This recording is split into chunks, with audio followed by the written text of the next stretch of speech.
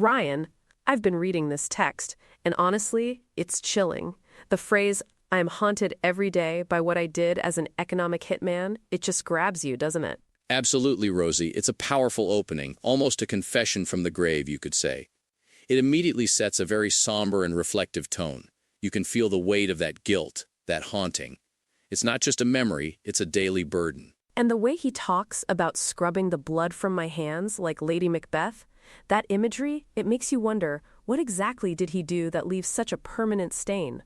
What kind of actions are we even talking about here? Well, the text explains it pretty vividly, doesn't it? He was essentially an operative, an economic hitman, or EHM, whose job was to serve the interests of powerful U.S. corporations.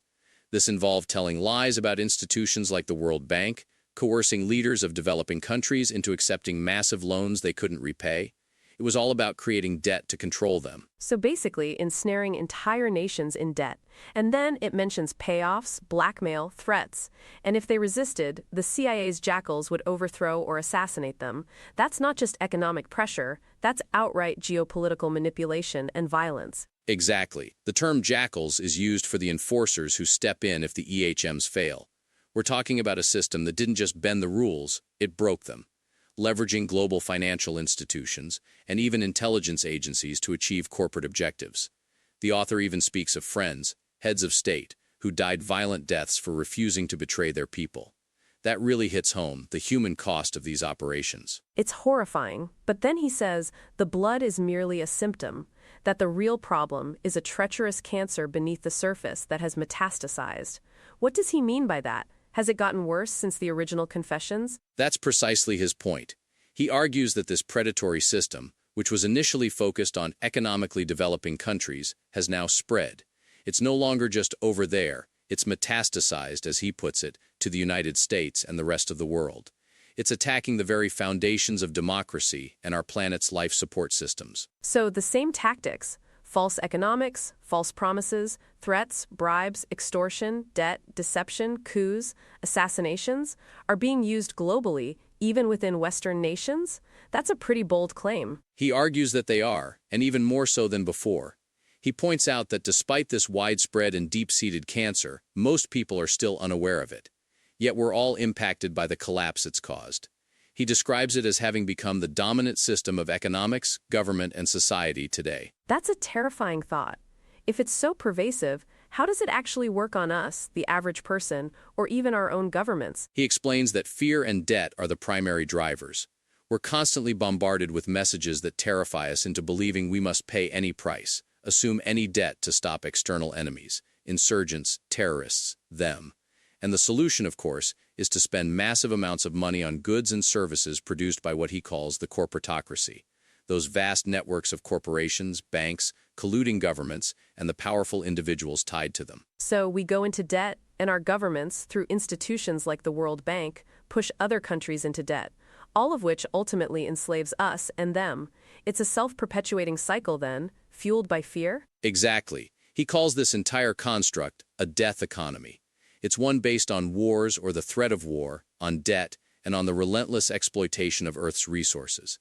It's inherently unsustainable because it depletes the very resources it depends on at ever-increasing rates, while also poisoning our air, water, and food. That's a pretty heavy label, death economy, and he connects it to capitalism, but he's careful to clarify, isn't he? He distinguishes between local farmers' markets and this dangerous form of global corporate capitalism controlled by the corporatocracy, which he labels as predatory and self-destructive. Right. He's not attacking capitalism as a whole, but rather this specific corrupted form that prioritizes endless growth and corporate power over everything else. It's a distinction that's often lost in discussions about economic systems, but it's crucial to understanding his argument. It's not just a system, it's a mindset. So, why write the new confessions of an economic hitman now? What's changed so much in the last decade to warrant an updated perspective? He says things have changed dramatically. The cancer has spread throughout the U.S. and globally, with the rich getting richer and everyone else getting poorer in real terms. He felt compelled to update his story because the methods have evolved, and the impact is now undeniable even in places that once felt insulated from these tactics. And part of that is this powerful propaganda machine, right? owned or controlled by the corporatocracy, spinning stories to convince us to accept a dogma that serves their interests, not ours. It sells us the lie that this EHM system will provide security and make us happy. Exactly. It's about engineering consent. These stories convince us to embrace a system based on fear and debt, accumulating stuff, and dividing and conquering anyone who isn't us. It's a masterclass in social engineering, manipulating our desires and fears to maintain the status quo. It sounds like a grand, overarching conspiracy, but he says it's not that simple. He acknowledges there are hundreds of conspiracies, but the EHM system is driven by something even more dangerous: concepts accepted as gospel. Yes, that's a key distinction. It's the ingrained beliefs that fuel the system, like the idea that all economic growth benefits humankind, and the more growth, the better, or that those who fuel this growth should be exalted, while others are simply available for exploitation. And crucially, that any means, including those of EHMs and jackals, are justified to promote growth, preserve our affluent Western lifestyle, and wage war against perceived threats. So it's not just a shadowy cabal, it's a deeply embedded ideology that most of us unconsciously subscribe to? That's even scarier, because it means the problem is within us, in our societal values. It certainly is. It's about challenging those fundamental assumptions we've been taught to accept without question. This new book goes deeper into how the EHM game is played today, who the modern EHMs and jackals are, and how their deceptions are even more far-reaching now. That's a crucial update, because the game isn't static, it evolves. And I love that it's not just about exposing the problem, but also about providing solutions. He mentions a new Part 5 that reveals what it will take to overthrow the EHM system and specific tactics for doing so. That's where the hope comes in, I suppose. Absolutely. Despite all the grim realities, he's filled with hope. He believes that once enough of us truly understand how this system works, we'll take the necessary individual and collective actions to control the cancer and restore our health. It's an optimistic message, a call to empowerment rather than despair. It reminds me of that quote he uses from Tom Paine: "If there must be trouble, let it be in my day, that my child may have peace."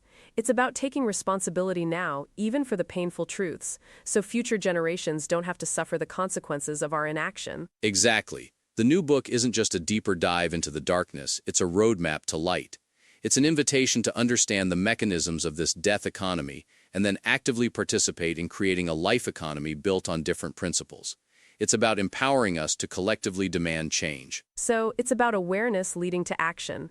If we don't see the true workings of the system, we can't possibly dismantle or transform it. It sounds like a vital read for anyone who feels that something is fundamentally off with the world today, but can't quite put their finger on why. Precisely.